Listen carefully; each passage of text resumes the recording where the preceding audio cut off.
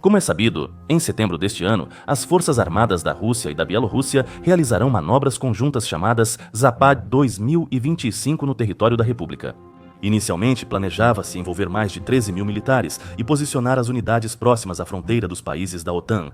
Mas no dia 28 de maio, o ministro da Defesa da Bielorrússia, general-tenente Viktor Krenin, anunciou que Minsk decidiu reduzir o número de participantes pela metade e transferir os exercícios para o interior do país.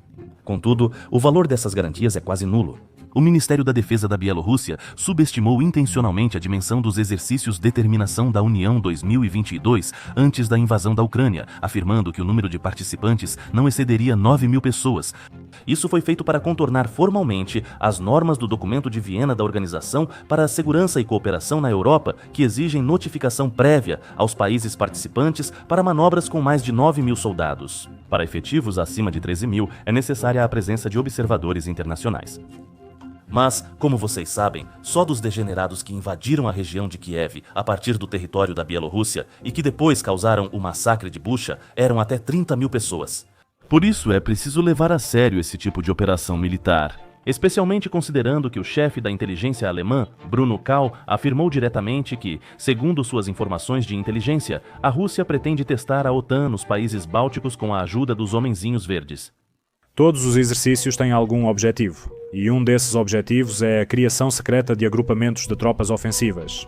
Ou seja, a aparência de exercícios é a maneira mais aceitável de realocar tropas, concentrá-las em uma determinada direção e criar um agrupamento de forças. Esse fator nós definitivamente devemos levar em consideração.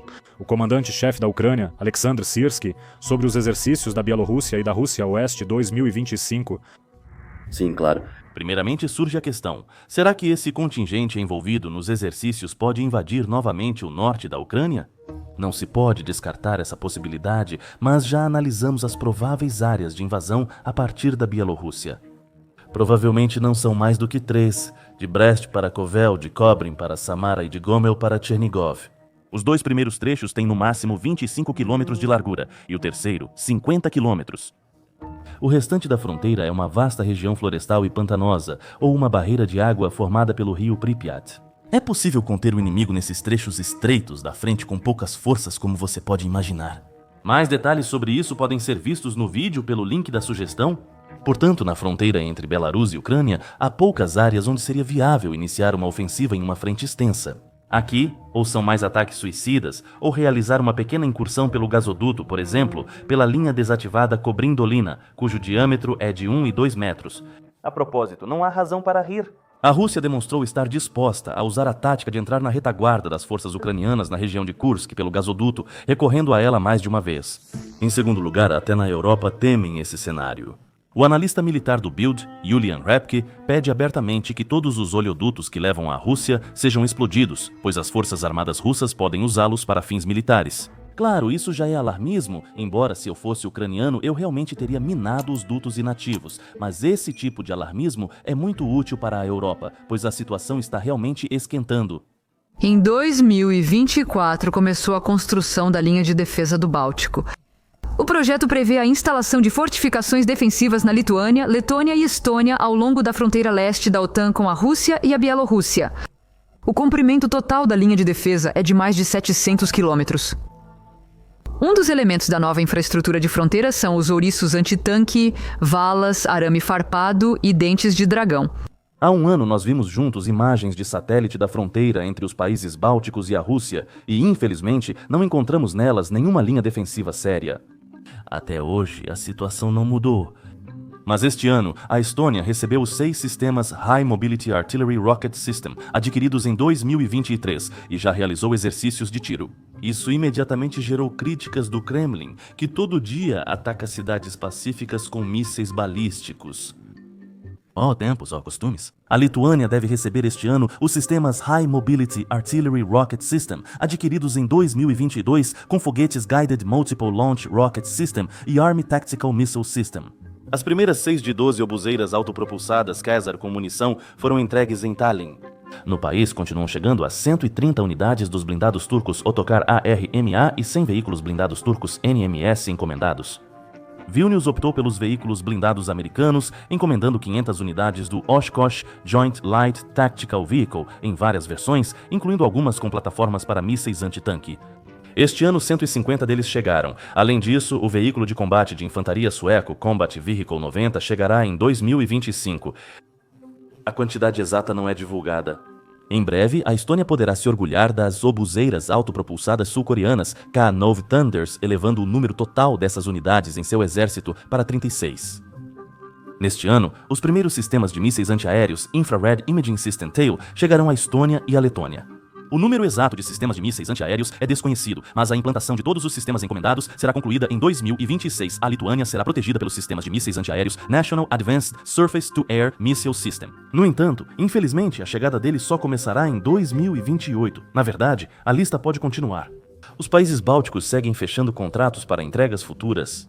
Países estão constantemente colocando em serviço diversos tipos de mísseis antinávio, drones kamikaze, sistemas portáteis de mísseis antiaéreos, sistemas de mísseis antitanque, metralhadoras, fuzis automáticos e outros equipamentos militares. Os países bálticos estão gradualmente aumentando seus exércitos. Até cerca de 2028, as forças armadas da Lituânia crescerão de 20 mil para 29 mil, da Letônia de 31 mil para 38 mil e da Estônia de 4.200 para 5 mil soldados. Tallinn não tem um exército significativo, por isso, até 2027 no flanco leste da OTAN serão posicionados. Na Lituânia, a 45ª Brigada Blindada Alemã, com 5 mil soldados. Na Letônia, uma brigada multinacional com até 7.700 militares. E na Estônia, um batalhão do Reino Unido e da França com 1.700 soldados. Sim, entendo que no contexto da guerra russo-ucraniana, tudo isso não parece muito ameaçador. Venho soando o alarme desde 2023 e pedindo para cavar trincheiras. No entanto, as Forças Unidas, com um efetivo de 86 mil pessoas na defesa, se estiverem bem armadas, podem fazer com que sejam levadas a sério. Os países bálticos estão gradualmente se preparando cada vez mais para a defesa. A linha de defesa ainda não foi construída completamente, os contingentes da OTAN ainda não foram implantados e o equipamento encomendado para os exércitos da Lituânia, Letônia e Estônia ainda não foi entregue na totalidade. E aí surge a pergunta, se Putin realmente está planejando atacar os membros da aliança, será que a janela de oportunidade dele não está se fechando? E será que agora não é o momento mais apropriado para isso? Nossa elite política pode não prever o que pode acontecer, pode não tomar uma decisão a tempo. A natureza da guerra híbrida é tal que você pode não perceber. Já é uma guerra, um ataque isolado ou um acidente, os mesmos cabos de comunicação danificados no Mar Báltico ou o avião que recentemente caiu na Lituânia. Ataque ou acidente, sem falar nos constantes problemas com o sinal de sistema de posicionamento global na região do mesmo corredor de Suwałki. Quero ressaltar, serviços de inteligência da Polônia, Alemanha, Dinamarca e Ucrânia já afirmaram publicamente que Putin pretende testar a força da OTAN. As avaliações deles divergem sobre o ano em que a Federação Russa estará pronta para invadir. Mas hoje abordamos como, com o tempo, será mais desafiador para o Kremlin executar seu plano. Não estou afirmando que o contingente dos exercícios Oeste 2025 irá, com certeza absoluta, invadir a Lituânia ou a Letônia. Estou dizendo que os países bálticos precisam levar esses eventos na Bielorrússia com toda a seriedade. Claro que surge a pergunta, para que Moscou faria isso agora, quando na Ucrânia estamos vendo praticamente um impasse operacional? Bem, é bem provável que o Kremlin possa considerar um ataque aos membros da OTAN justamente como uma maneira de sair desse impasse.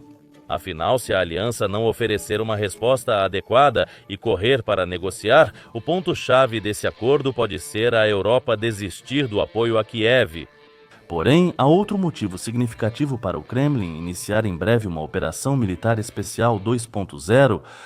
No sábado, os países bálticos desconectaram suas redes elétricas do sistema energético unificado da Bielorrússia, Rússia, Estônia, Letônia e Lituânia, visando sincronizar com a rede da Europa continental. Os 3 países bálticos eram os únicos membros da União Europeia que ainda não estavam conectados à rede continental europeia. A saída do anel elétrico da Bielorrússia, Rússia, Estônia, Letônia e Lituânia fortalecerá a segurança energética desses países, segundo políticos europeus. Após a saída dos países bálticos do anel elétrico da Bielorrússia, Rússia, Estônia, Letônia e Lituânia, Kaliningrado ficou isolada como uma ilha energética, dependendo exclusivamente de suas próprias capacidades de geração de eletricidade. 2 grandes centrais termoelétricas e várias outras parecem suficientes para suprir as necessidades atuais da região, mas a situação é mais grave do que aparenta. No entanto, há um problema. A principal termoelétrica de Kaliningrado funciona a gás. O combustível azul chega ao enclave russo por meio de um gasoduto vindo da Lituânia, e no final deste ano, o contrato de 10 anos para o trânsito do combustível expira. Oficialmente, Vilnius não parece se opor à renovação, mas acredita que a questão da prorrogação desse acordo deve ser decidida pela União Europeia. Citou. Essa questão é importante não só para a Lituânia e a região de Kaliningrado, mas também para a União Europeia. As instituições da União Europeia também devem participar desse processo.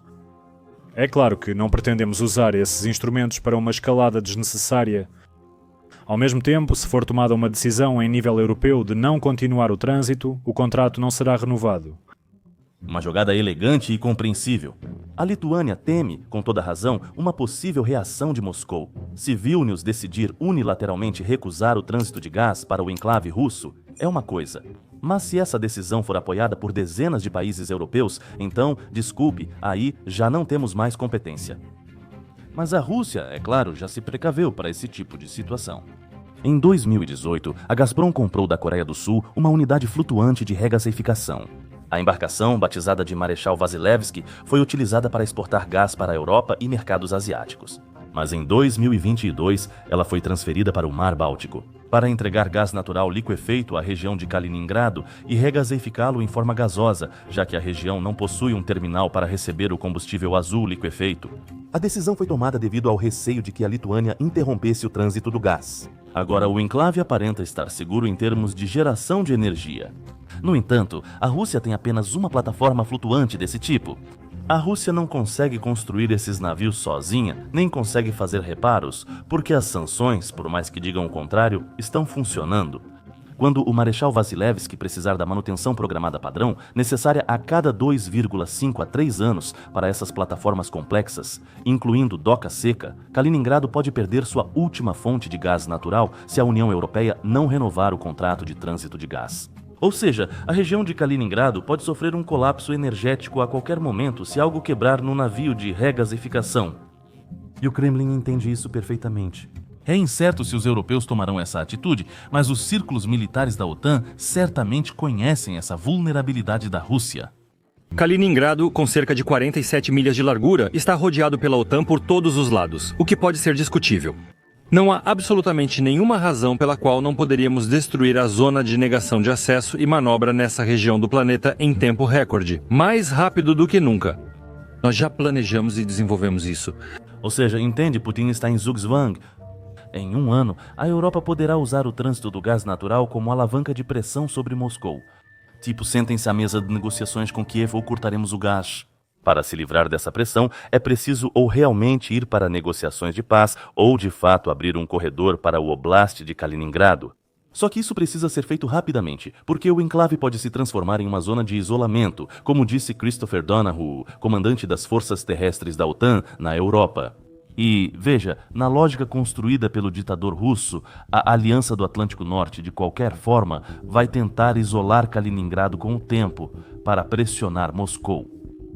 E isso significa... A Rua Leningrado me ensinou uma regra. Se a briga for inevitável, você tem que bater primeiro.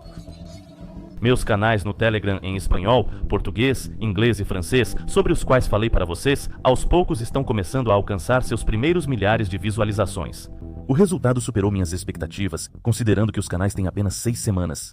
É por isso que, ocasionalmente, aparecem vídeos aqui na base que, primeiramente, não são direcionados ao público do espaço pós-soviético, mas sim aos cidadãos europeus. Afinal, é claro que as teses que discutimos hoje, em primeiro lugar, precisam ser ouvidas, por assim dizer, lá fora. É evidente que a estratégia de Putin na Ucrânia é uma guerra de desgaste compreensível. Mas já falamos muitas vezes com vocês que essa abordagem traz riscos também para a própria Rússia: economia, sanções, riscos militares. E esse tipo de avanço em 2 anos na Ucrânia é uma derrota clara para a Federação Russa. Sim, já deixamos claro que a Ucrânia sofre muito mais com a guerra de desgaste, perdendo todos os dias os melhores dos melhores e suportando bombardeios terroristas intermináveis. Ainda assim, essa situação é uma derrota para Moscou. Afinal, é claro que o terror é uma ferramenta para alcançar os principais objetivos: restaurar o império e devolver ao Estado o status de superpotência. Mas será que o Kremlin pode alcançar esses objetivos continuando a conquistar uma grande cidade por ano? Não. Então, eu acho que Putin vê apenas uma saída para sair como vencedor, no entendimento dele, de toda essa situação. É realizar outra chamada Operação Militar Especial, só que agora contra um dos países bálticos. Se após a invasão à Lituânia, Letônia ou Estônia, a União Europeia desmoronar, a OTAN se mostrar incapaz de responder seriamente e líderes democráticos implorarem por negociações, isso resolverá os problemas acumulados após a fracassada invasão à Ucrânia. É uma jogada muito arriscada de tudo ou nada, mas conhecendo Putin, não se pode descartar que ele siga por esse caminho, o único caminho que lhe permitirá impor sua vontade ao mundo. Estive há um ano em uma base militar de um dos membros da OTAN na Europa. Me mostraram uma instalação militar muito bem organizada, com um monte de equipamentos. Me perguntaram o que eu achava do que vi. Minha resposta não os agradou muito. Sem chegar a menos de 10 quilômetros daquele lugar, 4 equipes de pilotos ucranianos em 15 minutos teriam transformado aquele local em um novo Pearl Harbor. Eu digo que essas tecnologias são tão acessíveis e baratas que, se caírem nas mãos de terroristas, 100 terroristas podem virar de cabeça para baixo o sistema de qualquer país. Por isso, a nossa luta conjunta com os parceiros hoje está nos nossos interesses comuns.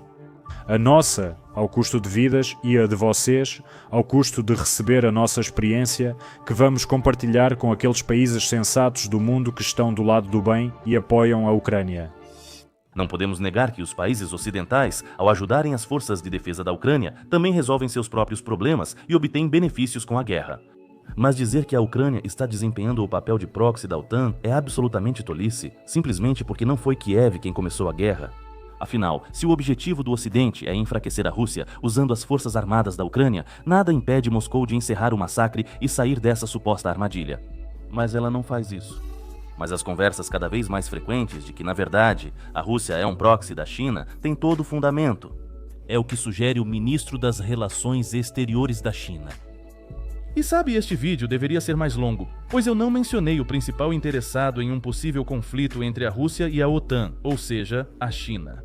Mas depois da fracassada cúpula da União Europeia na China, achei que, para revelar todos os detalhes dessas relações complexas e explicar por que Pequim pode incentivar a Rússia a abrir uma segunda frente, seria necessário mais um vídeo. Ele já está quase pronto, mas por hoje é o suficiente.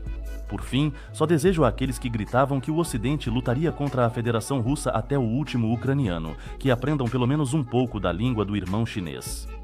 Porque morrer pelos interesses dele e não entender como os representantes dessa antiga civilização riem de vocês, na minha opinião, não é nada elegante. Embora, como sempre, cabe a vocês decidir ser ou